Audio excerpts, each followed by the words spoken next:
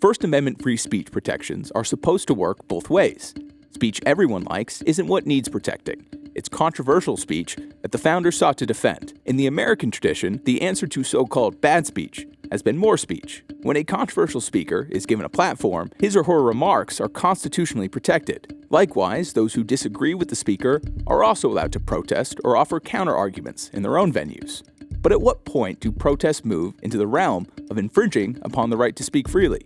Debate over what's known as the heckler's veto has arisen following recent incidents on college campuses. For example, earlier this year, Stanford Law School students disrupted and stopped the address of a federal judge who had been invited to the campus by the school's chapter of the Federalist Society. The school's associate dean for diversity, equity, and inclusion also joined the protest, taking the microphone to interrupt the judge. But for many people in this law school who work here, who study here, and who live here, your advocacy, your opinions from the bench land as absolute disenfranchisement of their rights. Stanford responded by requiring all of its law students to attend a half-day session aimed at educating them on freedom of speech, placing that dean on leave, and imposing new training for staff, citing the school's policy that, quote, protest is allowed, but disruption is not. A more violent incident occurred during an event put on over the weekend by conservative nonprofit Turning Point USA at San Francisco State University. Former Kentucky swimmer Riley Gaines, TPUSA's featured speaker, was reportedly assaulted at the venue by protesters. Gaines, who competed against Leah Thomas, the first openly transgender athlete to win an NCAA Division I national championship, had been invited to discuss women's athletics and the inequalities that female competitors may face against transgender opponents. A violent altercation with protesters following the event forced officials to barricade Gaines in a campus room for 3 hours with police for her safety, as one activist suggested that she should pay them off in order to be allowed out.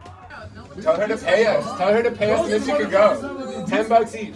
However, a statement released afterwards by the school's vice president for student affairs made no mention of this, and instead thanked students who participated, quote, peacefully.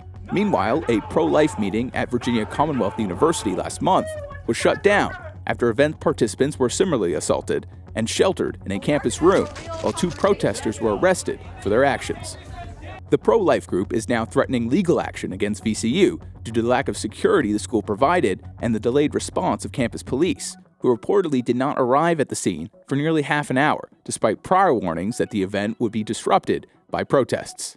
Massive protests and threats of violence have led to the cancellations of numerous other speaking events at campuses around the country. These include a planned speech at Penn State in 2022, an event at Gonzaga University in 2019, and a speaking engagement at UC Berkeley in 2017, which protests over led to $100,000 in property damages.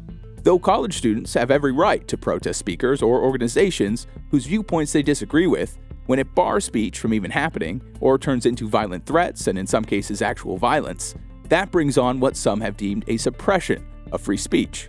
Of course we have the right to protest, and of course we have the freedom of speech. But when I was ambushed, that mob, that was taking it further than protesting. That was resorting to violence, both verbally and physically, to prove your point. As for Gaines, she's pushing back at those who she believes aim to silence her, and has already indicated on social media that she may take legal action against San Francisco State University for the school's response to her assault. What's next for you? Will you be seeking justice in a courtroom? I will. Thanks for watching. Straight Arrow News is on a mission to bring you unbiased, fact-based reporting. One of the ways we do that is with our Media Miss tool, which shows you the stories that the left and right media are underreporting. Join us at straightarrownews.com.